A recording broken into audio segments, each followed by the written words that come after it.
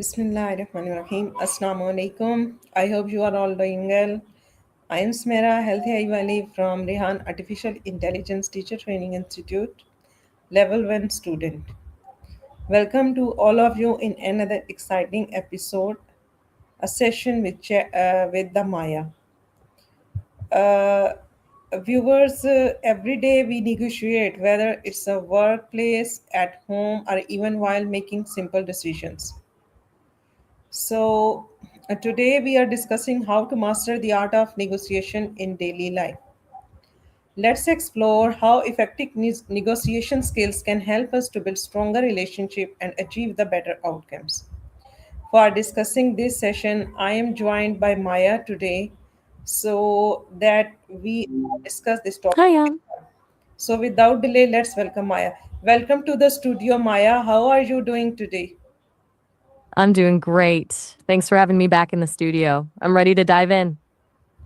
Maya, our today topic of discussion is how to master the art of negotiation in daily life. So, first of all, I would like to know from you that what is negotiation actually, and why it is an important life skill. What do you think about it?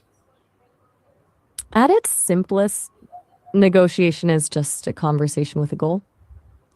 It's that process of two or more people trying to find a middle ground where everyone walks away feeling like they got something of value. I think it's such a vital life skill because almost everything we do involves some form of it. Whether you're deciding on a dinner spot with a partner or discussing a salary increase at work, if you can negotiate well, you stop seeing conflict as a battle and start seeing it as a puzzle to solve together. Do you feel like you're naturally good at it, or is it something you've had to consciously work on? You are absolutely right, Maya, that negotiation helps us to find the better solution in everyday life. So tell me that what qualities make someone a successful negotiator? Can you elaborate to three properties of that? For me, it really starts with active listening. Most people listen just to wait for their turn to speak, but a great negotiator listens to find the why behind what the other person is asking for. Once you understand their actual motivation, the solution becomes much easier to find. Then there's emotional intelligence. Being able to stay calm and empathetic, even when the other person is getting heated, keeps the door open. If you can make the other person feel heard and respected, they're far more likely to be flexible with you. And finally, I'd say creative problem solving. It's not always about a tug of war over one thing. Sometimes it's about adding something else to the table to create a win win. That is I've got a few thoughts. I'm sorry, go ahead. That is an excellent explained by you, Maya. Thank you so much. You means then confidence and good communication make a big difference. So let's move forward, and I want to know why is active listening is so important during a negotiation, because I do believe that listening carefully help us to understand the other's person perspective. So, what is your opinion about that? You're spot on. Active listening is basically the secret weapon of negotiation. When you truly listen, you're not just hearing words, you're picking up on the things they aren't saying, their hesitations, their priorities, and the things they're actually worried about. It shifts the whole energy of the room from me versus you to us versus the problem. Plus, there's a psychological side to it. People are much more likely to give you what you want if they feel like you actually understand where they're coming from. I've noticed that the moment someone feels truly understood, their defenses just drop. I can tell you about a few specific techniques for doing this if you're curious. I am completely agree with you, Maya. Maya, as we know that respect and patience lead to a more positive conversation. So how can we negotiate without creating conflict? The trick is to separate the person from the problem. When you treat the other person as a partner in solving a puzzle rather than an opponent in a fight, the conflict usually evaporates. It's all about framing. Instead of saying, your price is too high, you could say, I really want to make this work, but this is where my budget is. How can we bridge that gap?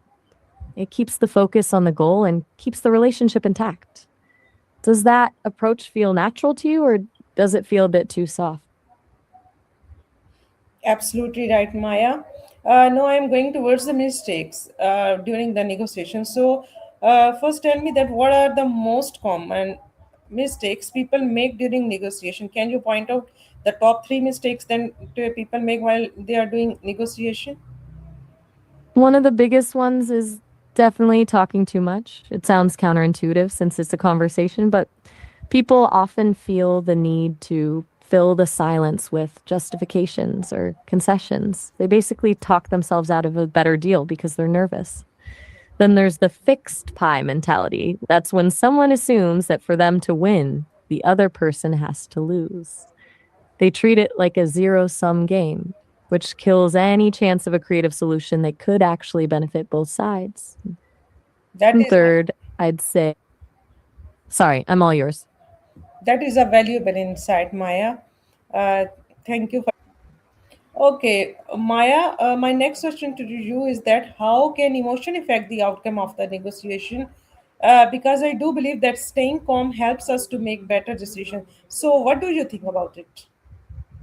You're exactly right. Calmness is practically a superpower in these moments. Emotions are like a lens. When they're cloudy, you can't see the best path forward. If you get angry or anxious, your brain switches into fight or flight mode. And that's when we start making impulsive decisions or saying things we later regret. The danger is that emotions are contagious. If one person gets heated, the other usually does too. And suddenly you're arguing about who's right rather than how to solve the problem. The goal isn't to be a robot, but to be the one who can acknowledge the emotion without letting it drive the car. Do you find it easy to stay centered when things get tense, or do you have a specific trick for keeping your cool? I completely agree with you, Maya. Maya, what do you think that these negotiation skills improve our personal and professional relationships or not? Because I do believe that strong negotiation skills build trust and mutual respect. What is your opinion about that? I couldn't agree more. When you negotiate with the goal of finding a win win, you're essentially telling the other person, I value your needs as much as my own. That's how trust is built. In a professional setting, it stops you from being the person who just says yes to everything and burns out. And in personal relationships, it prevents resentment from building up because you're actually solving the conflict instead of just ignoring it. It turns a potentially tense moment into an opportunity to show the other person that you're on their team. I completely agree with you, Maya. The best arguments benefit everyone involved. I do believe in it. So, viewers' practice and preparation are the keys to improvement. So, my next question to you, Maya, is that how can our young students and professionals, especially, develop their strong communication skills for their job purpose or whatever they are doing? What do you think about it? Let I think the biggest thing for them is just getting comfortable with the discomfort of practicing in real time. Um, for students and young professionals, I'd suggest starting with low stakes practice. Try negotiating small things in daily life, like asking for a better deal on a subscription or proposing a different way to handle a group project. It builds that muscle memory without the fear of a huge failure. Then I'd recommend they focus on mirroring and labeling. Mirroring is just repeating the last few words someone said to encourage them to keep talking. And labeling is saying things like, it seems like you're worried about the timeline. It makes the other person feel deeply heard, which is half the battle in any professional setting. Do you think most students are too afraid to start practicing these things, or do they just not know where to begin? Okay, that's excellent advice, Maya. So finally, my last question to you, because I'm going to wrap the show, is that what is your best advice for mastering the art of negotiation in daily life for my viewers? If I had to boil it down to one thing, it would be this: stop trying to win the negotiation and start trying to solve the problem. When you shift your mindset from winning a battle to solving a puzzle with someone else, the pressure disappears. Be curious, listen more than you speak, and always leave the other person feeling like they were treated with respect, even if you didn't get everything you wanted. That's how you master the art, by making the process as valuable as the result. Thank you so much, Maya, for sharing such a valuable insights about the art of negotiation to my viewers. Thanks a lot. I really appreciate it. From my question. It was my absolute pleasure. Thank you for having me on the show. I had a great time diving into this with you. Thank you so much, Maya. Thank you, all the viewers joining us today in our show. Dear viewers, successful negotiation is not about winning an argument. Rather, it's about finding solutions that benefit everyone. So, practice listening, communicate with respect, and always look for common ground in every conversation. That's all about today's session. See you in the next episode soon. Till then, take very good care of yourself. Be healthy, keep learning, and make your every minute count. Allah Hafiz. That was such a beautiful way to wrap it up.